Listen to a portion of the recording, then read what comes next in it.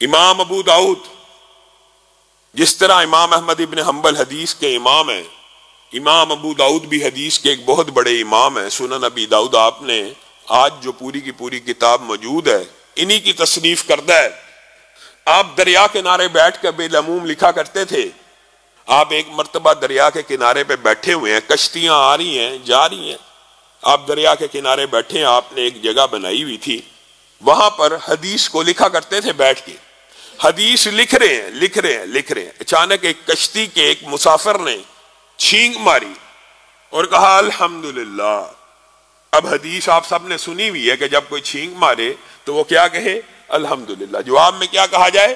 یرحمک اللہ، پھر جواب میں یہدیکم اللہ۔ اب امام ابو داؤد حدیث کو لکھنے میں مشغول ہیں، چھینک بھی سنی، الحمدللہ کی آواز بھی سن لی، لیکن دماغ میں یہ ہے میں سند کے ساتھ لکھ رہا ہوں، میں کہیں بھول نہ جاؤں۔ لکھتے لکھتے جب حدیث کو مکمل کیا تو کشتی کی طرف منہ کر کے دیکھا، کشتی روانہ ہو چکی ہے، کشتی تو جا چکی ہے۔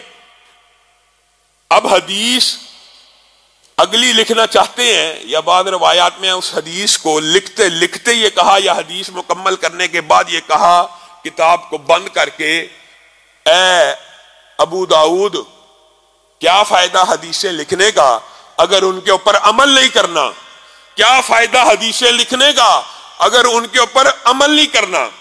ایک ملاح کے پاس گئے، کہا وہ جو کشتی جا رہی ہے اس کو دریا میں پکڑنا ہے، کتنے پیسے لوگے؟ کہا بھاری معاوضہ لوں گا، واپس بھی لاؤں گا۔ خیر معاملہ طے پا گیا 3 درہم کے اوپر۔ 3 درہم امام ابو داؤد نے ادا کیے اور کہا اس کشتی کے تعاقب میں چل پڑو۔ جب اس کشتی کے قریب پہنچے تو وہاں پہ جس مسافر نے الحمدللہ کہا تھا اس کے قریب پہنچ کے کہنے لگے یرحمک اللہ، بس یہ کہہ کر کشتی کو واپس کیا اور کنارے پہ آگے امام ابو داؤد خود بیان کرتے ہیں، میں اس رات سویا، میں نے خواب دیکھی، خواب میں کوئی شخص تو نظر نہیں آیا لیکن ایک آواز آئی، او میرے بھائیوں ہم کہاں کہاں ٹھوکریں کھا رہے ہیں اور ہم حدیث رسول کو کتنا ہلکا جانتے ہیں۔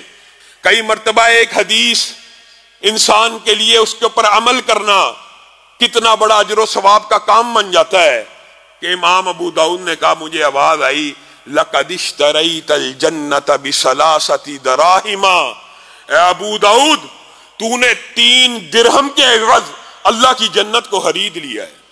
ایک حدیث پہ عمل کرنا، ایک حدیث پہ عمل کرنا کئی مرتبہ جنت میں داخلے کا سبب بن جاتا ہے، اور ایک حدیث کو چھوڑ دینا اور ایک حدیث کے اوپر دل کے مطمئن ہو جانے کے بعد حدیث آپ کے پاس موجود ہو اور اس کے اوپر عمل نہ کرنا، یہ انسان کے جہنم میں داخلے کا سبب بن جاتا ہے۔